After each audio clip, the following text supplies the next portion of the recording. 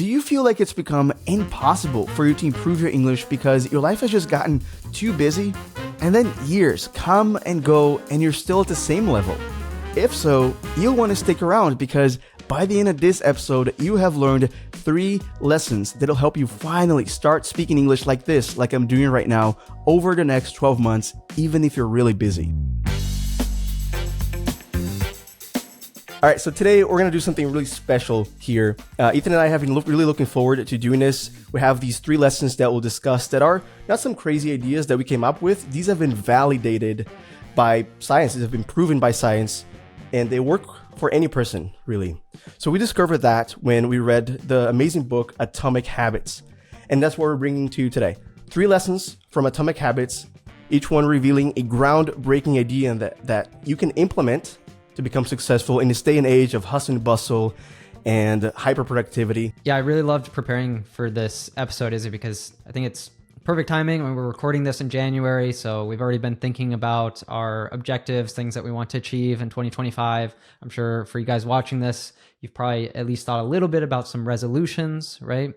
And Atomic Habits is fantastic for this. It's definitely one I like to come back to regularly because it really helps you to look at what are the strategies that are really going to help you to not just give up by mid-February on the things that you're wanting to achieve and then have a mediocre year, right? So you can, by applying some of these things, maybe have the best year of your life so far. And I wanted to point out some of the advanced vocabulary that you mentioned, Izzy. So you said hustle and bustle. What is hustle and bustle? That's the agitation of modern day life, right? I think of with that, the typical footage of New York City, during rush hour where there's just like huge, what's the word for that? Just like huge crowds of people crossing at the intersections and so on. And it's kind of like you're trying to compete with everyone to get to work on time. And you said hyper productivity. So it's an interesting prefix, hyper. What does it mean when you add hyper before another word? It's like super, but even more, I would even say, right? Even technically, I think that's what it means. Hyper is more than super. We often say that kids, when they eat too much sugar, they become hyperactive. Like they're jumping up and down and they have all this energy and they're driving the parents crazy. You also mentioned groundbreaking. What does that mean, Izzy? So that's when something is very new and it's also a big change from the way things are usually done. And then finally, there was an expression that you used, day and age, which we just mean to say like the modern day, but I think it's nice because it has connected speech. So this is how we cut and connect our words in American English, in I think actually all English. But with the word and, oftentimes natives just reduce it to "un." So it's day and age. Day and age. Almost like it was just one word, right? All right. Now, if you guys listening and watching us right now on YouTube, on any podcast platforms, if you want to learn and remember forever some of these expressions that we're using on this podcast, we're going to use so many more of these because this naturally comes up for us. Like we've learned how to speak fluently. Myself, 𝗥𝗲𝗹𝗟𝗶 who are non-natives, and Ethan, who's a native speaker, we use these expressions naturally. But if you want to actually internalize these and use them later in your own conversations in English, the best place where you can actually achieve that is on a RealLife app. If you use a RealLife app, you see that all these expressions are saved so you can practice them later, and you get to practice with the lessons with chapters. So for example, in this lesson, we have 3 smaller lessons, right? We have 3 chapters that we're going to do today, and you can practice one by one. So that's a more doable way for you, especially if you don't have so much time, right? I would say too, what a great way, we're talking about habits today, right? If you could create a habit where every day you're consuming one small chunk of an English lesson and studying a few pieces of vocabulary and adding them to your long-term memory, it's like your English is going to be so much more phenomenal by the end of the year. So yeah, guys, unlock this lesson for free by clicking the link in the description below. You can unlock it on the app so you can get all of these amazing resources, or you can simply search for RealLife English on your favorite app store, but the link in the description will take you straight to this lesson over there. All right, Ethan, let's jump into the first lesson. That is, forget about setting goals. Focus on your lifestyle instead. So this is one of my favorites that I try to remember every day. So basically, prevailing wisdom says that it's best to achieve what we want by setting goals, right? People just think, I'm going to set a goal and that's what's going to drive me there. But, the thing is, that never happens. Every year, same thing. Set a goal, don't achieve it. So what's happening there? Well, the thing is that if you read the book and if you just think about it too, goals are good for setting a direction, but they don't help you make progress. What are good for making progress are systems or a lifestyle, as I like to call it. That's what's best for making progress, right? Yeah, for sure. You mentioned that maybe you don't even achieve the goal, but sometimes you do achieve the goal. Like example for me personally is I've ran several half marathons, but what always happened to me is I would do all the training. So that's great. I had these systems, for getting up to being able to run 21 kilometers and so on. And then I participate and I'd finish the race and everything. But then inevitably the next week I would give up on those good habits. I'd be like, oh, I want a break from running. And so I would lose those good habits that I built up. And then eventually at some point I'd have to sign up for another half marathon to kind of get the motivation to do it again. But what would be better in that case, I think, is to reduce the scope. So kind of like keeping the system, but reducing the scope. So what does that mean when I use scope in that way, Izzy? It's everything that you're trying to focus on. So reduce the amount of things that you're focusing on. A scope in more concrete ways, like I think it's, for example, like binoculars are scopes, right? So you're focusing on a thing, you're looking at one thing. Yeah. And in this case, it's maybe the amount of kilometers that you're running. So when you're training for a half marathon, there's a lot of time that goes into it. It's maybe needing to run for an hour and a half when you're getting closer to the race to be able to do enough kilometers so that you're prepared on race day. But it would have been better just to keep up that I already had the days that I was putting on my shoes, getting out and going running. I could have just done a lot less kilometers and, not spend so much time, but still keeping the habit. So it would be more having that lifestyle and identity as someone who runs every day or a few times a week, rather than just having that goal and then reaching it and then stopping those good habits. And I think the same can happen with learning a language, right? I think too, when I studied for the C1 for Catalan, I had made these really good study habits that then once I did the exam, I kind of lost those. And there's this expression that we use all the time that if you don't use it, you lose it. So it's like maybe you have this objective for your English, but it's not enough just to reach an objective of getting to a certain level, getting to fluency, whatever the case is, because even if you get there, the work's not done. You need to learn your entire life, really. You need to be a lifelong learner. It's like your case, right, Izzy? Sometimes we're talking and maybe still there's an expression that you haven't heard of before that might come up and you'd be adding that. Or even for a native speaker, sometimes you come across a new word or expression. And this points to a problem that you have when you focus too much on your goals. And there are other problems too, but this one I like to call the yo-yo effect, right? Because like you go up and down, like you go and then you come back, right, to where you were. Now, there's other problems too. If you think about it, just focusing on the goals, not that goals are bad, because you need goals to set a direction. I said that. Without the goal, you don't have a direction. You don't have maybe the inspiration or the vision. But in order to actually do it, to make progress, you need a system. So the other problem that I think you may have when you're just too focused on goals is that everybody may have the same goal. Maybe, let's say, for example, that you're taking a test to apply for a job, right? So everybody who's applying for the job, they have the same goal. So if they just think, just focus on the goal, that's not going to help them, because only one person or a handful of people will get the job. So what will differentiate the people who get the job and the people who don't are different things. What are these things? It's the lifestyle, it's the goals, the habits, right? They do every day. What's underneath the surface? There's the tip of the iceberg, and then what's underneath the surface that not a lot of people see. You see somebody at the gym working out hard, and you think, oh, I want to be like that person. And you try and copy their moves, their movements and everything. Well, that's not going to help, because they have a whole lifestyle that actually supports that. So go and look, like maybe that person is going to bed at a certain time, they're eating something specific, they're meditating, I don't know, but look at the habits that are more foundational. So I think that's why this is one of the pillars, I'd say, of achieving goals. I think that's interesting what you say too, because it makes me think about something I tried to remind myself of. Sometimes I'm in the gym and I see someone who has a body that I admire, like the place where they're at.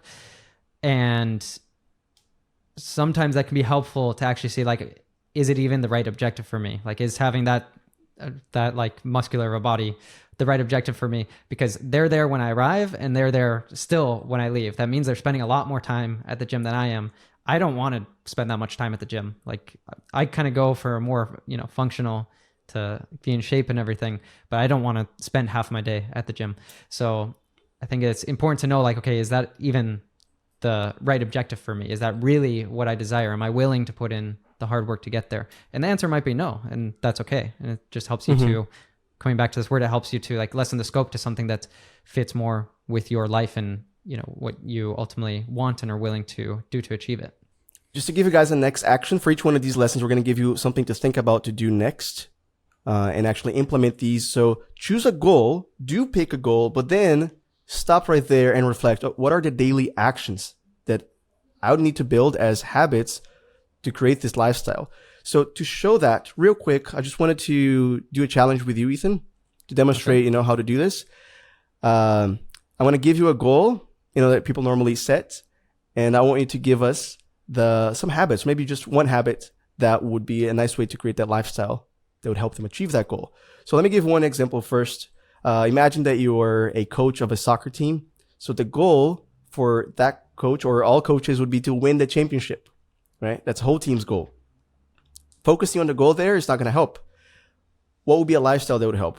How about sleeping early, going to bed early, getting up early, practicing every day early as well? These may be, if you look at the best teams, these may be the practices, that they apply, and recruiting players every week, So it's just one example. Now, let me give you one goal and you give me one example of a lifestyle. Losing 10 kilograms.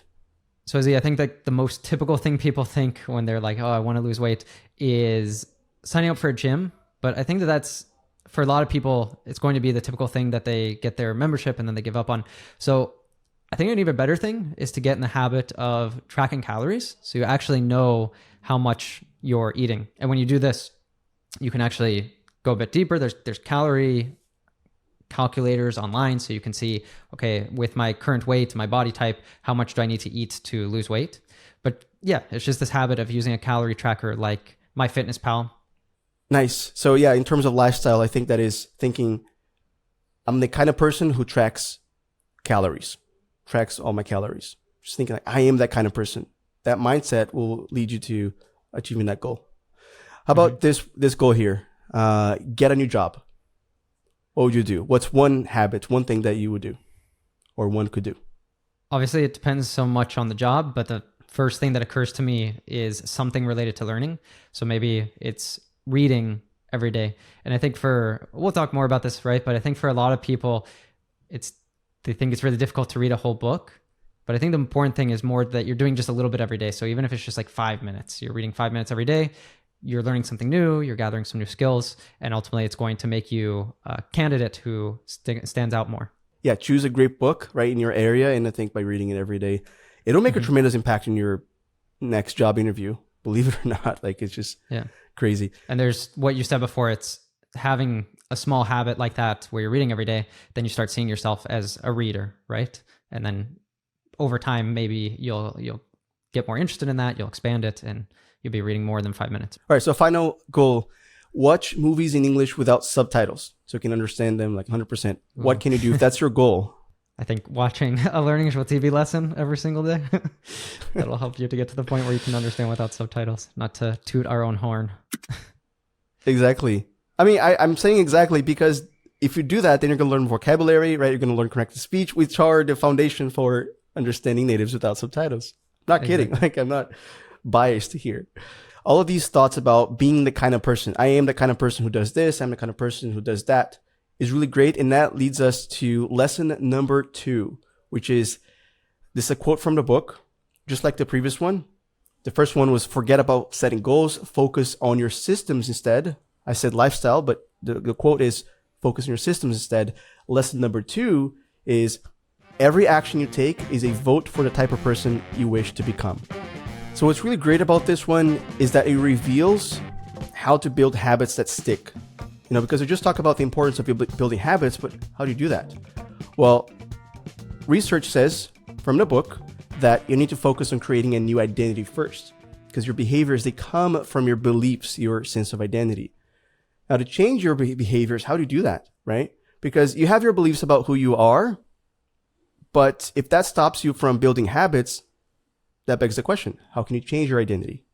I wanted to comment first. You said habits that stick. This is a really nice collocation. What do we mean when we say stick in this kind of context? So there's the literal meaning of stick or sticky. If you throw something on the wall and it sticks, it's going to be on the wall. It's not going to fall down, right? There's even the expression to throw spaghetti on the wall. No, is that it? Yeah. It's not, is that it? What does that mean, by the way? I think it's like throwing spaghetti at the wall and seeing what sticks. I think it's like when you're just trying different things without any sort of strategy or process just to see what might work, but it's not such an effective strategy. The story behind that expression is actually that's how they say that you should check if spaghetti is done. So you throw it at the wall. If it doesn't stick, it's not done yet. As soon as it like sticks to the wall, then it's done. Very nice way of testing it. So figuratively, it's just that, like, it's when something, it's when you start doing something and it stays with you, you keep doing it, it sticks, right? It's like when you study the vocabulary flashcards on the RealLife English app for these lessons, the vocabulary is actually going to stick. You're not going to forget it. Anyway, so all this explanation of how to build new habits, that you got to change your identity. I said that begs the question, how do you do that? How do you change your identity? So we touched on this, right, a little bit before, that if you're reading for 5 minutes every day, even though it's not very much, you do start seeing yourself as a reader. Or, for example, if you are tracking your calories or you're having a healthy diet, you start seeing yourself as someone who cares about their nutrition or who cares about how much they eat.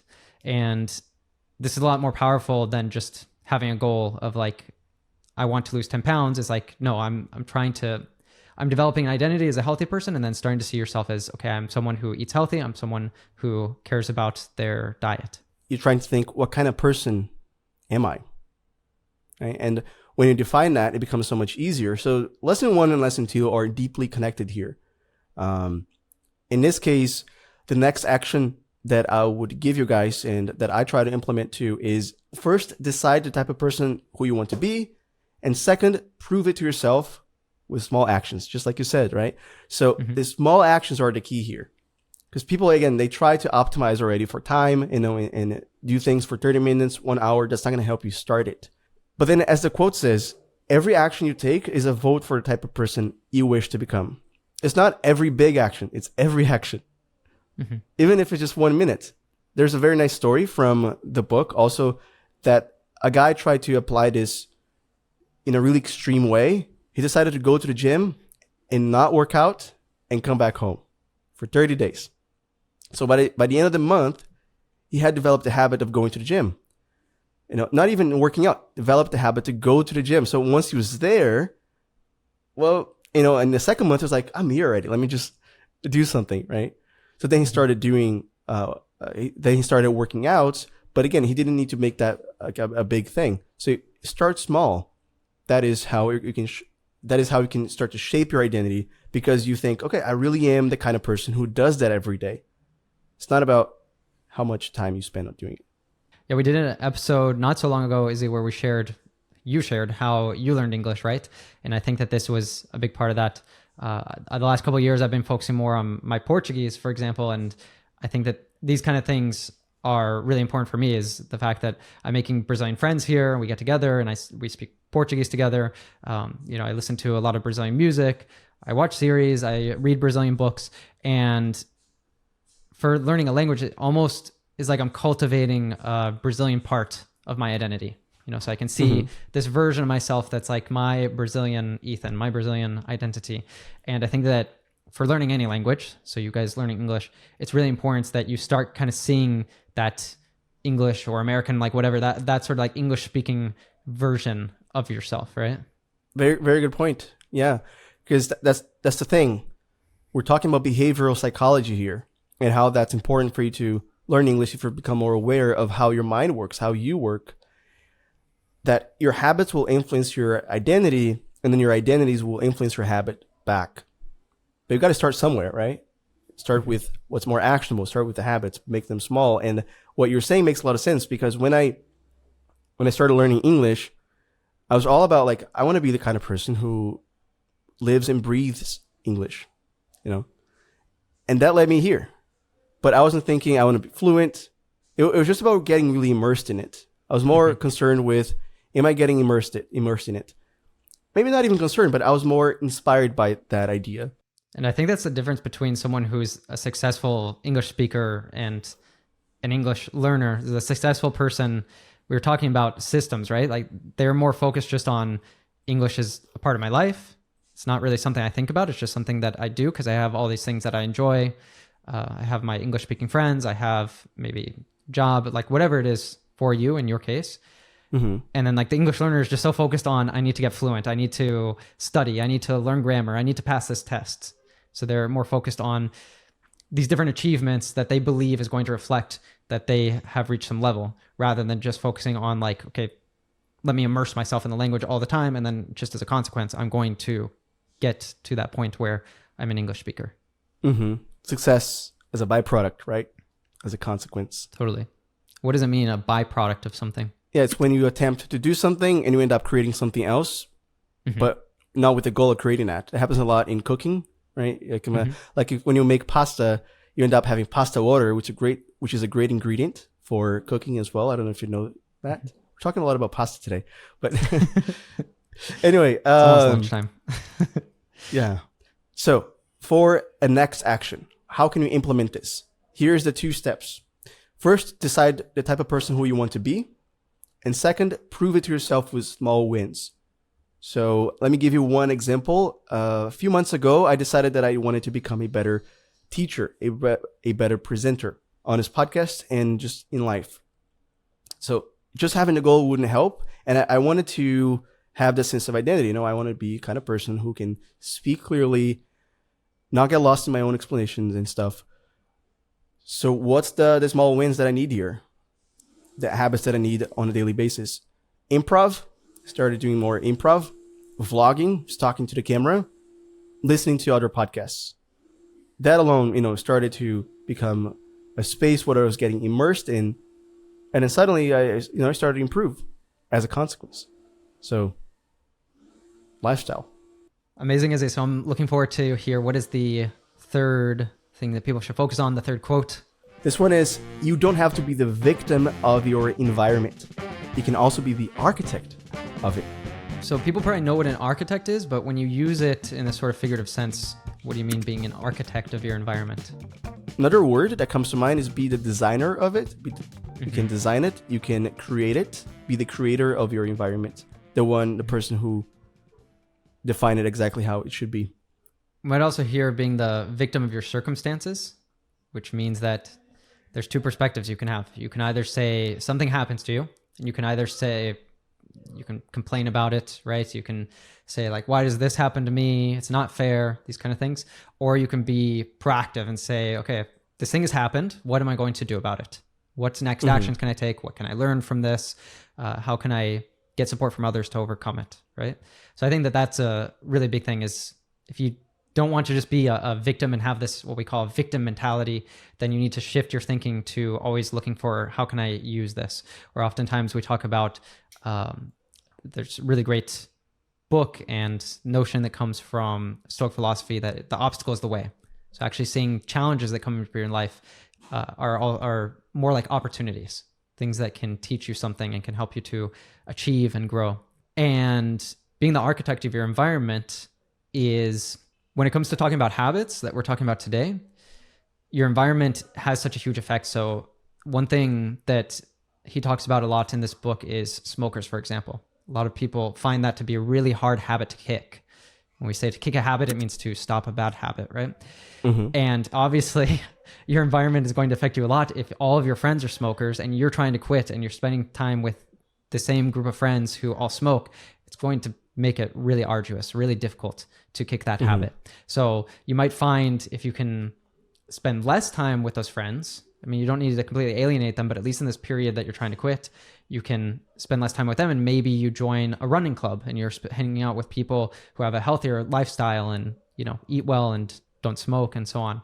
And that's going to start comes back to the identity factor as well, right? Spending time in this new environment, a community is a type of environment, right?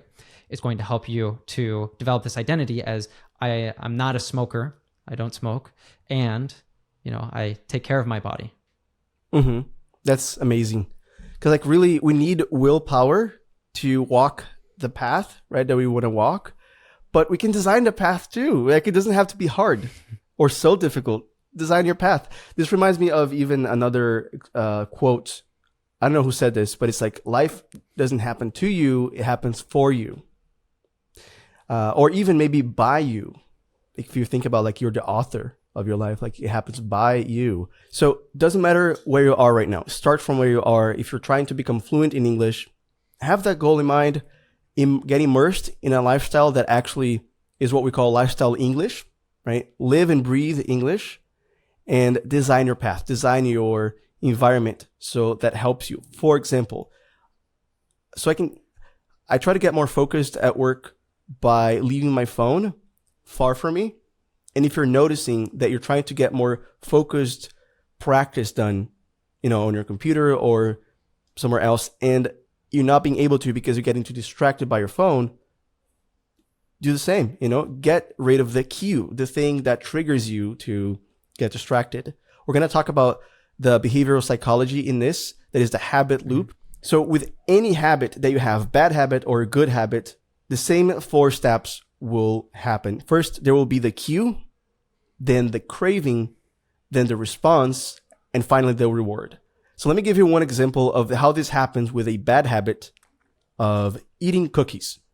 Say you get home from work, there's a jar of cookies on your table, always get one and eat it. It's a bad habit. How do you stop it? How do you use the science here of the habit loop to prevent that from happening? Well, first, think about it. The jar of cookies on the table, that's a cue. That's creating that trigger for you. You see it and you want a cookie, right? Is another way of thinking about that. So you see it, you want a cookie. So you get the craving. Craving exactly that. I'm using this example with food because it's quite literal. A craving is the feeling of wanting to eat something really bad, right? Really wanting it. So you get the craving. When you get the craving, what follows is the response. You act, right? And finally, the response will connect it to the reward. You get the taste of the cookie and be like, oh, this feels great. The sugar rush. Exactly, which then connects us to the cue. So the cue links you to the reward. When you see the cookie on the table, you immediately start to feel the reward already. Like, I want that reward, So get rid of the cue. It's that easy, right? At least when you're trying to stop bad habit like this. Which in this case, you might do by putting the cookies on like a really high shelf or somewhere where you're not seeing it, right? Not out on the counter. Exactly. So that's what the habit loop is. I think we can give a few more examples. But going back to this idea of life doesn't happen to you, it happens for you or by you, there's an amazing clip that Steve Jobs reveals one of his secrets of life. I just think it's fascinating, and it helps you remember these ideas and it helps them stick with you. So let's check it out. When you grow up, you tend to get told that the world is the way it is, and your life is just to live your life inside the world, try not to bash into the walls too much, try to have a nice family life, have fun, save a little money. But life, that's a very limited life. Life can be much broader once you discover one simple fact, and that is everything around you that you call life was made up by people that were no smarter than you. And you can change it. You can influence it. You can build your own things that other people can use. And the minute that you understand that you can poke life and actually something will, if you push in, something will pop out the other side, that you can change it, you can mold it. That's maybe the most important thing, is to shake off this erroneous notion that life is there and you're just going to live in it, versus embrace it, change it, improve it, make your mark upon it. Once you learn that, you'll never be the same again. So Izzy, that clip, other than just being great advice, it was absolutely packed with advanced vocabulary. I took note of at least 9 advanced terms that I think would be useful for most English learners. So you guys can learn all of those in the app, but let's talk about a few of them that I thought were interesting. So talked about, I think, bashing up against life. What does that mean if you bash up against something? Yeah, to bash up against the walls, right? I think it even says like so you can picture like fishing. You can fish a fish, right? And when it gets on your boat, it starts to bash against the walls of the boat, because you didn't grab it. So it's just like hitting forcefully, in this case, the figurative walls of your life, right? So what he was saying is there's like some people say, try not to do that, to move too much, to try to do too much, to change your life too much, because life is the way it is. So his advice was, don't follow that. Life can be different. So he uses a lot of very nice expressions to talk about how you can have an influence over your life. This is something we were talking about as well, right? Is being the architect of your life. But he says that you can mold it. What does it mean to mold something? So literally when you're cooking, for example, not pasta this time, but a cookie, maybe you have a mold, right? The object that's called a mold, where you put the batter in it, the ingredient that is going to actually be the cookie itself. And that's what a mold is. And as a verb is to give something shape. Then I think he said something towards the end about there being a lot of erroneous concepts or erroneous ideas. That's a really nice advanced term. What does that mean? Ideas that are considered wrong, or that you view like this is not right. It's not correct. It's erroneous. Anyway, so there were other expressions that we're not going to explain right now because we need to move on. But some really interesting ones like to poke life, or something will pop out on the other side, to make your mark upon something. Really nice storytelling there. Amazing. And so how does this apply to learning English? I think that we talked about, for example, a smoker should spend less time with their smoking friends. That's if you're trying to quit something. But if you're trying to learn English, for example, and you don't have any friends or family members, like no one around you speaks English, I think you're kind of in an uphill battle. That means that you're doing something that is unnecessarily challenging. And that's why I think you kind of need to find your tribe of people who do that thing that you want to learn. So who speak English or who are also learning English. It doesn't need to be a native speaker. It's extremely motivating just to have other people who are going through the same difficult adventure of trying to learn English, because you can practice together. Like Ksenia talked about, even she's from not that big of a town, right, in Ukraine, and they have an English speaking club. So maybe there's something like that. And even if you're from a small town or there's no opportunities like this in your city, look for opportunities online, right? So I think that you can be proactive there in shaping an environment, either in person or online, that really helps you to flourish those skills that you're trying to build. For sure. Yeah, like flourish. It's a nice word. What do you mean by flourish, the skills here? Something flourishes, I think it comes from like a flower, right? It's like, flowers, if they're in a rich environment with good soil and water and so on, they flourish, they grow really healthily. And so you can say that too, that, if you're in the right environment, you're going to flourish. Like those skills that you're trying to build, they're just going to come up in a really nice way, in a really productive way.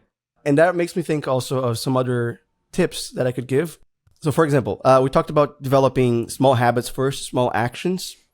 And the idea of a habit stacking comes to mind. This is another concept from the book, where it reveals that the habit loop can work for you to create even other habits. For example, at the end of the habit cycle, when you finally finish doing something like breakfast, you always have breakfast, right? How about at the end of it, just for 5 minutes, you practice it a bit. I already mentioned on the app, on the RealLife app, you have chapters now. So these lessons, even though they can get long, but you can consume them by parts, right? 5 minutes at a time, 10 minutes at a time, and practice already the vocabulary. It's a great habit to have.